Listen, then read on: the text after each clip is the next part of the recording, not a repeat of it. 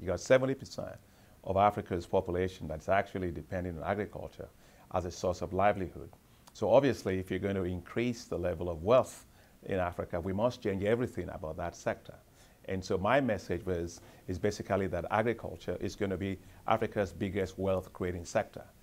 So with that in mind, what's your vision for the potential that African agriculture has and the ability to enhance productivity using the latest technology? Absolutely. You take a look at, God is good to Africa, I mean, we got lots of water, we got lots of sunshine, we got cheap labor, and we got lots of land, lots of very good land. In fact, 65% of all the arable land left in the world that would feed 9 billion people by 2050, it's not in China, it's not in Asia, anywhere in Asia, it's not in Europe, it's not in the United States, it's in Africa. So what Africa does with its agriculture is essentially going to determine the future of food in the world by 2050. And so the key really is, how do we begin to invest in agriculture rightly?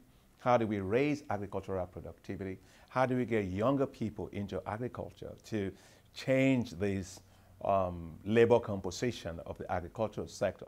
Talking of young people entering the agricultural industry, we have a question here from a Zimbabwean farmer. She does the accounting for her family farm in Zimbabwe. She's interested to know more about how she can access international markets.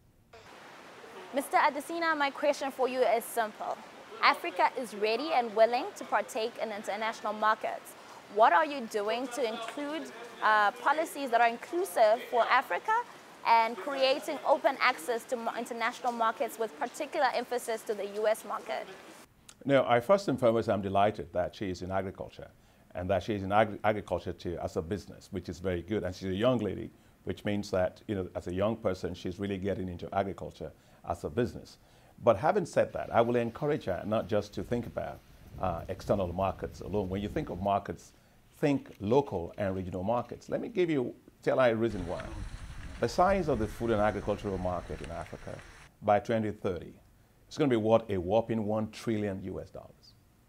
So if I'm looking to make money, that's where I'm going to be targeting. How do I take advantage of those local, regional markets that are growing very fast? But having said that, that is not to preclude the need to have international trade. Now, for her to be able to export actually to the United States, that's the Africa Growth and Opportunity Act, which means she can export, but it is duty-free for classes of commodities that they have given. That every time that you're trying to trade outside of Africa, Africa accounts for only 2% of total global trade. And so if you're trying to trade in commodities in which you add value to, you don't have the leveraging power. And so essentially what's going to happen is that they will rake a lot more taxes and tariffs and so on the commodities that you're exporting via escalation of tariffs.